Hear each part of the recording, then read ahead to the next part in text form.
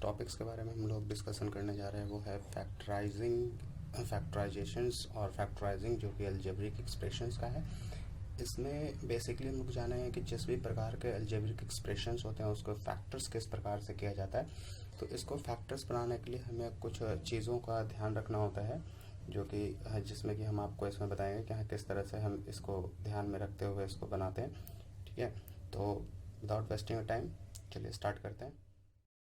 तो सबसे पहले जो बात है कि कोई भी अलजेब्रिक फैक्टर जब हमें मिलता है या फिर फैक्टराइजेशन होता क्या है, तो फैक्टराइजेशन का मतलब होता है कि the product is a multiplication of the factor. यानी कि अगर दो संख्या कोई भी अगर हम लोग नंबर लेते हैं, संख्या लेते हैं, तो संख्या के यानी कि जो दो टर्म्स होते हैं, जो दो या दो से अधिक जो टर्म्स होते हैं जिनके बीच में मल्टीप्लिकेशन टर्म्स लगा होता है, मल्टीप्लिकेशन ऑपरेटर्स लगे होते हैं, तो इसी को हम लोग कहते हैं फैक्टर्स। ठीक है, जैसे कि यहाँ पे आप देख सकते हैं 48 है, 48 को हमने दो टर्म में पहले फैक्टराइज किया, यानी अलग अलग किया प्रोडक्ट्स में 3 और 16 के रूप में। तो 3 और 16 के रूप में जब ये हुआ तो 3 और 16 जो है 48 का मल्टीपल फैक्टर्स हो गया।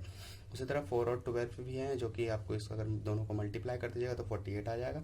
इसमें 4 और 12 जो है ये 48 का मल्टीप्लिकेशन फैक्टर हो गया। सेम उसी तरह अगर देखते हैं तो सबसे लास्ट वाले टर्म्स को 2 इंटू 2 इंटू 3 इंटू 2, तो ये जो चार टर्म्स है, ये चारों टर्म्स जो है 48 के मल्टीप्लिकेशन फैक्टराइजेशंस हो गए। ठीक है, लेकिन कुछ ऐसे टर्म्स होते हैं जिसके कि मल्टीप्लिकेशन फैक्टराइजेशंस नहीं हो सकते, जो कि हमारे प्राइम नंबर्स कहलाते हैं। ठीक है, जैसे कि 23 एक प्राइम नंबर है और इस प्राइम नंबर के कोई भी फैक्टर्स फॉर्म नहीं पाए जाते। ठीक है, तो ये चीज़ हमेशा याद रखिएगा कि जितने भी प्राइम नंबर हैं उन प्राइम नंबर के मल्टीपल फैक्टराइजेशन नहीं होते। अब हम यहाँ पर एक अलजेब्रिक एक्सप्रेशंस ले रहे हैं, जो कि है x³ minus 6x² plus 12x minus 8, जो कि एक अलजेब्रिक एक्सप्रेशन है। तो इस अलजेब्रिक एक्सप्रेशंस को अगर हम देखते हो तो ये 2 माइनस 3 के होल क्यूब, यानी कि 3 पावर्स में है, 3 इंडिसेस पर है। तो x minus 2 into x minus 2 into x minus 2, इन तीनों को 3 टर्म्स में था तो 3 को 3 बार मल्टीप्लाई कर दिया हमने, सेम टर्म्स को 3 बार मल्टीप्लाई किया। तो इसमें पहले मैंने x माइनस 2 का कॉमन रख लिया, मतलब कि एक साथ बाहर में रख लिया, और x माइनस 2 और x माइनस 2 को हमने मल्टीप्लाई कर दिया।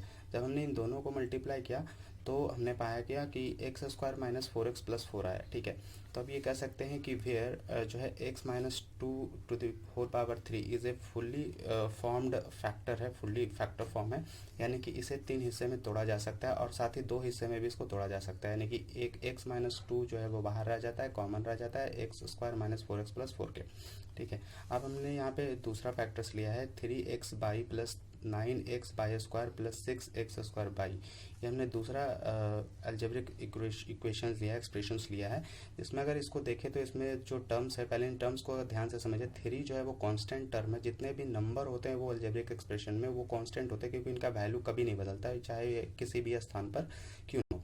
तो इसमें हमने दिया क्या कि 3x बाई में 1 का मल्टीप्लिकेशन है, और इसमें आपका 3 into 3 into x into by का मल्टीप्लिकेशन है, और उसके बाद फिर 6x² बाई में 3 2x और बाई का मल्टीप्लिकेशन। अगर आप इसको मल्टीप्लाई करके देख सकते हैं, 3 इंटू 2 इक्वल टू 6 हो गया, और x into x equal to x² and by, यानी कि 6x² बाई टोटल ये है।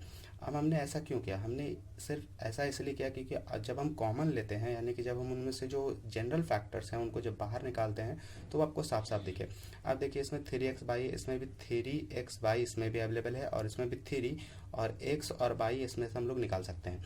तो अब हमने इसमें से 3x बाई निकाल दिया तो यहाँ बच गया 1, और इसमें से 3x बाई निकाल दिया हमने तो बच गया मेरे पास सिर्फ 3 और बाई, सॉरी 3x बाई। ठीक है, तो यहाँ पर मेरा एक टर्म छूट गया है जो कि बाई है, और इस बाई को हम यहाँ पर मेंशन कर दे रहे हैं। ठीक है, सॉरी, यस हो गया। अब इसमें अगर हम देखते हैं तो इसमें हमने निकाल दिया 3x बाई निकाल दिया, अगर इसमें से हमने निकाला तो इसमें बच गया 2x सिर्फ। ठीक है, तो अब जो है इन सब में 3x बाई एक साथ हो गए, तो इसमें सब क्या करना है, 3x बाई को हम लोगों ने बाहर कर लेना है। तो हमने 3x बाई को मैंने बाहर कर लिया। 3x बाई को जैसे हमने बाहर किया तो यहाँ पर बच गया 1, यहाँ से 1 बच गया, यहाँ से 3 बाई बच गया, और यहाँ से 2x बच गया। ठीक है, तो ये हो गया मेरा 2 फॉर्म में फैक्टराइजेशन, यानी कि अब ये फैक्टर फॉर्म में बदल गया। सेम उसी तरह हमने दूसरा एग्जांपल भी लिया है 10x² plus 5x plus 2x by plus by. इसमें हमने 10x² plus 5x plus 2x by plus by रखा। अब इस 10x² को हमने फिर से मल्टीपल फॉर्म में तोड़ दिया, ठीक है, ताकि आपको सही से अच्छे से समझ में आए, और मेरा कोई इरादा नहीं था इसको अलग अलग तोड़ने का। तो उसको देखते हैं हम लोग। 2 into 5x into x plus 5x plus 2x plus 5, ठीक है। अब हमने इसमें से क्या किया, 5x यहाँ पर भी है, 5x यहाँ पर भी, इन दो टर्म में से सिर्फ मैंने 5x को बाहर कर दिया, यहाँ बच गया 2x, ठीक है। और यहाँ से 5x पूरी तरह से बाहर हो गया, तो यहाँ बच गया 1। अब इसमें से देखिए 2xy प्लस y, तो यहाँ से हमने सिर्फ y को बाहर निकाल दिया और बच गया 2x प्लस 1। ऐसा क्यों किया मैंने, सिर्फ y को क्यों बाहर किया, क्योंकि y ही दोनों में है, ठीक है। और इस ब्रैकेट को देखें, इस पहले वाले कॉमन में तो 2x प्लस 1 आया ब्रैकेट में, तो हम यही कोशिश करते हैं कि नेक्स्ट बार जब हम किसी से कॉमन लें तो उसमें भी similar types of algebraic expression ही हमको मिले, ठीक है। तो 5x प्लस 1 और इसमें भी 2x प्लस 1 और इसमें भी 2x प्लस 1 ही हमको मिला। अब यहाँ से 5x प्लस y कॉमन ले लिया और 2x प्लस 1 यहाँ से हमको मिल गया। सो ये भी अब मेरा फैक्टर्स के फॉर्म में कन्वर्ट हो गया। अब हम लोग देख रहे हैं कि एक यहाँ पर हमने एक लॉ लिखा है, डिस्ट्रीब्यूटिव लॉ के अनुसार किस प्रकार से काम करता है। तो जैसे देख सकते हैं x plus 3 into x minus 3, ठीक है। इस दोनों टर्म्स अंदर में एक ही जैसे, सिर्फ अंतर क्या है दोनों में, डिफरेंसेस क्या है, एक में प्लस का डिफरेंसेस है और दूसरे में माइनस है, ठीक है। एक में प्लस है और दूसरे में माइनस है। यदि हम इसको नॉर्मल मल्टीप्लिकेशन में अगर करते हैं, कि नॉर्मल मल्टीप्लिकेशन जिस प्रकार से हम लोग अलजेब्रा में करते हैं उस प्रकार से अगर हम इसमें करते हैं, तो x को x माइनस 3 और प्लस 3 को हम लोग x माइनस 3 के इन दोनों को एक एक बार से गुना कर देते हैं। गुना करने के बाद मेरे पास आता है x² माइनस 9 और यहाँ पर भी आता है x² माइनस 3 का स्क्वायर, जो कि 9 को हम लोग लिख सकते हैं 3 का स्क्वायर। यदि हम देखें तो इसका मतलब होता है x² माइनस 3 स्क्वायर। यानी अगर हम कहते हैं कि अगर x बराबर a बराबर x है और b बराबर 3 है, तो यहाँ पर a² माइनस b² इसके अनुसार कि a² माइनस b² बराबर a plus b into a minus b है। यानी कि एक बार दोनों टर्म को जोड़ देना है, दूसरा बार दोनों टर्म्स को घटा देना है, दोनों के बीच में मल्टीप्लिकेशन होना चाहिए, जैसे कि यहाँ पर है, ठीक है, a plus b into a minus b, ठीक है। तो इससे हम लोग यही देखते हैं कि हाँ, ये एक नया इक्वेशंस हमें मिलता है, एक नया फॉर्मेट, एक नई आइडेंटिटीज़ यहाँ से मिलती है, कि इस आइडेंटिटीज़ को हम लोग इस्तेमाल कर सकते हैं नॉर्मल वे में। कहीं पर भी अगर हमें दिखता है तो हम डायरेक्ट इसका इस्तेमाल कर सकते हैं, ठीक है। इसके बाद नेक्स्ट हम लोग आते हैं परफेक्ट स्क्वायर मेथड। तो परफेक्ट स्क्वायर मेथड में दो टर्म्स आते हैं, एक जैसे कि यहाँ पर दिया हुआ है x प्लस ए का स्क्वायर, और दूसरा ये हो सकता है x माइनस ए का स्क्वायर, यानी दो तरह का स्क्वायर। आप इससे पहले क्लासेस में पढ़ चुके होंगे कि a माइनस बी का स्क्वायर और a प्लस बी का स्क्वायर बराबर a² plus 2ab plus b² और a² minus 2ab plus b² होता है, ठीक है। तो ये उसी टर्म्स पर बना हुआ है, ठीक है। यहाँ पर हमने एक एग्जांपल लिया x प्लस 5 का होल स्क्वायर। मैंने यहाँ पे क्या किया कि x बराबर x रहने दिया और a बराबर मैंने 5 कर दिया, ठीक है। तो x plus 5 into x plus 5, अब इसको मल्टीप्लाई कर देते हैं हम लोग, तो ये मेरा टर्म्स इतना आ जाता है, जो कि आप देख सकते हैं x² plus 2ax plus 2ax plus a², ठीक है। ये टर्म्स मेरा टूट जाता है, ठीक है। अगेन मैंने जैसा आपने को पहले भी कहा था कि ये दो फॉर्मेट में होते हैं, a प्लस बी का होल स्क्वायर और a माइनस बी के होल स्क्वायर। तो यहाँ पर मैंने a प्लस बी के होल स्क्वायर को ऊपर में लिखा था, अब a माइनस बी के होल स्क्वायर को मैंने यहाँ पर बनाया, ठीक है, जिसको आप देख सकते हैं। यानी कि a माइनस बी का होल स्क्वायर क्या होता है, x² plus 2x plus a², ठीक है।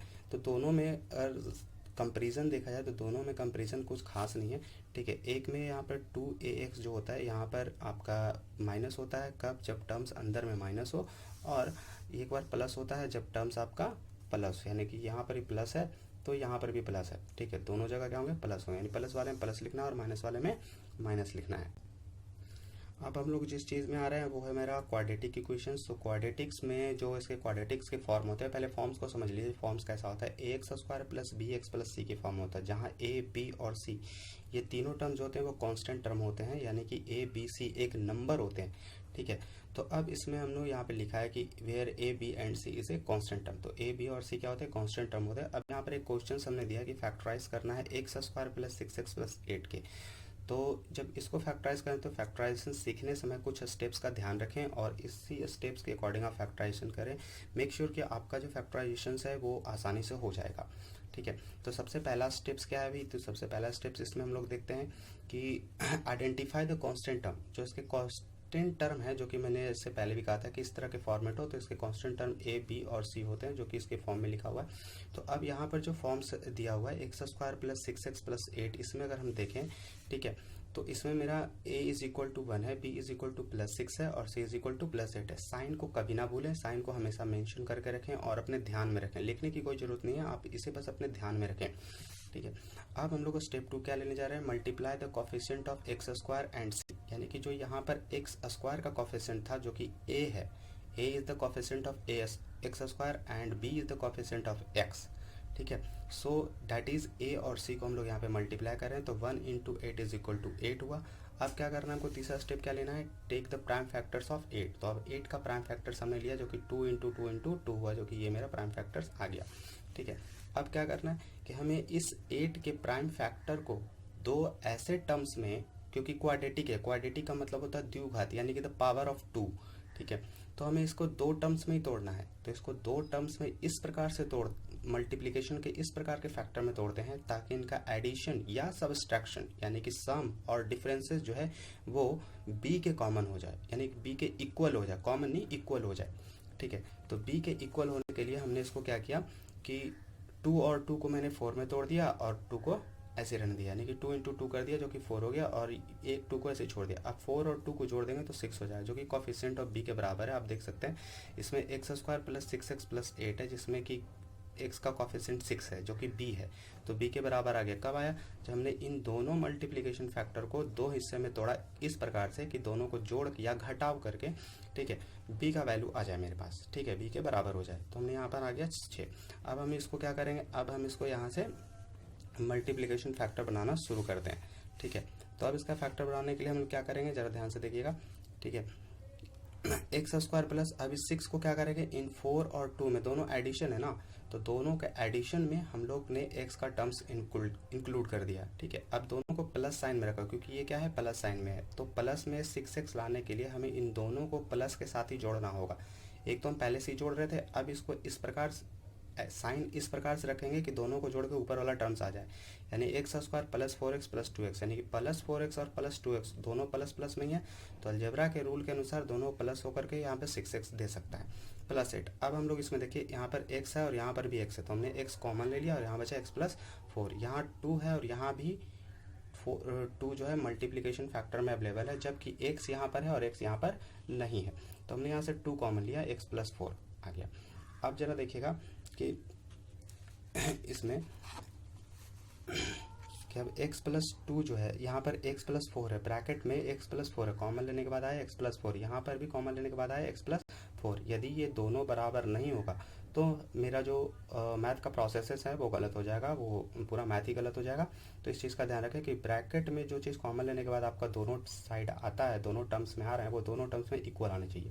तो अब यहाँ से हमने x प्लस 2 को एक साथ कर लिया और x प्लस 4 को हमने एक साथ कर लिया, ठीक है। तो इस तरह से एक क्वेश्चंस मेरे पूरे हो गए और बिल्कुल करेक्ट हो गए। अभी जितने भी स्टेप्स हमने आपको बताया, अब यहाँ पे दूसरा क्वेश्चन हमने लिखा है, तो जितने भी स्टेप्स हमने आपको बताया उन सभी स्टेप्स को अपने माइंड में रखना है, कहीं पे लिखना नहीं है, उतना लंबा चौड़ा करके हम लोग बनाते नहीं हैं, ठीक है। हम लोग सिंपल वे में बस इसको बनाने का प्रैक्टिस करते हैं, ठीक है। तो जैसे कि हमने यहाँ पर एक क्वेश्चन लिखा है x square plus 9x plus 14, तो हमने क्या कहा था कि a को c के साथ मल्टीप्लाई कीजिए, यानी कि 14 इंटू 1 इज इक्वल टू 14, तो इसका मल्टीप्लिकेशन फैक्टर आ गया 7 और 2। तो 7 और 2 में अब हमें लाना कितना है, 9 लाना, वो भी प्लस में लाना है, तो 7 और 2 को जोड़ देंगे तो 9 आ जाएगा मेरा, ठीक है। तो अब हमने इसको क्या किया कि x square plus 9x plus 14 जो कि मेरा दिया हुआ था पहले से, तो x square plus 2x plus 7x plus 14, ठीक है। तो अब यहाँ से हमने इसको x कॉमन लिया, तो x प्लस 2 और प्लस 7 इंटू एक्स प्लस 2, तो यहाँ पर से मेरा मल्टीप्लिकेशन फैक्टर्स बन गया आपका x प्लस 2 और x प्लस 7, ठीक है। ये क्वेश्चन बन गया। सेकेंड क्वेश्चन जो है आपका, ठीक है, सेकेंड क्वेश्चन कुछ इस प्रकार का है आपका x square plus 7x minus 18। अब यहाँ पर थोड़ा सा डिफरेंस क्या है कि c जो है यहाँ पर इसका वैल्यू माइनस में आ गया, c इज इक्वल टू -18 है और a इज इक्वल टू 1 है, तो हमें माइनस को बाद में इंक्लूड करना है, अभी उस पर ध्यान नहीं देना। तो a into c is equal to हो गया आपका 18, ठीक है। अब 18 का प्राइम फैक्टराइजेशन निकालते हैं तो 9 और 2 में आता है और हमें लाना कितना है 7, वो भी प्लस में लाना है। तो अब 9 में से 2 को माइनस करेंगे तो 7 आएगा, ठीक है। तो x square plus 7x plus 18, तो 9x में से 2, तो यहाँ पे साइन प्लस है, तो यहाँ पर हमें 9 को प्लस रखना हो क्योंकि 9 जो है 2 से बिगर है यानी कि बड़ा है, ठीक है। तो x square plus 9x minus 2x minus 18, तो अब हमने यहाँ पर क्या किया कि x को कॉमन लिया x प्लस 9 और माइनस यहाँ से 2 कॉमन लिया तो x प्लस 9। अब यहाँ से कॉमन लेने टाइम आप ध्यान दें थोड़ा सा कि अगर आप माइनस कॉमन ले रहे हैं, ठीक है, तो माइनस कॉमन लेने टाइम में क्या होगा कि यहाँ से अगर आपने माइनस कॉमन लिया तो यहाँ से भी अगर आपने माइनस कॉमन लिया तो अब यहाँ पे मल्टीप्लाई करके ऊपर में एक बार देख लें कि हाँ आपका कॉमन सही है कि नहीं। Minus into plus is equal to minus और plus into minus is equal to minus. So यहाँ पर ये फैक्टराइजेशन सही है, ये कॉमन लिया हुआ सही है। तो अब यहाँ पर x माइनस 9 हो, x प्लस 9 हो गया और x माइनस 2 हो गया, ये मेरा हो गया। अब अगला टॉपिक जो इसके बाद हम लोग पढ़ेंगे वो है मेरा क्वाड्रेटिक इक्वेशंस, क्वाड्रेटिक फार्मूला। कि अब इसी क्वेश्चंस को अगर मेरा ये वैल्यू नहीं निकल पाता है तो देन हम कैसे x का वैल्यू फाइंड आउट करेंगे, ठीक है। x का वैल्यू फाइंड आउट करने के लिए क्या प्रोसेस अपनाया जा सकता है, ठीक है। तो वहाँ पे 2 मेथड्स हैं बनाने के लिए, वो हम आपको नेक्स्ट वीडियो में बताएंगे। अब इन क्वेश्चन से रिलेटेड आपको कहीं भी कोई दिक्कत होता है तो आप हमें व्हाट्सअप कर सकते हैं 8873360733 पे। मेक श्योर कि आपके व्हाट्सअप पे पूछे गए सभी सवालों के जवाब आपको तुरंत मिल जाएंगे, इसमें कोई दिक्कत नहीं है। और प्लीज़ चैनल को सब्सक्राइब कर लीजिए, आपको जो भी प्रॉब्लम है उस सभी प्रॉब्लम्स को आपको यहाँ पे सोल्यूशन मिल जाएंगे, चाहे वो साइंस के क्वेश्चन हो या फिर आपके मैथ के क्वेश्चन हो। Thank you for seeing this video.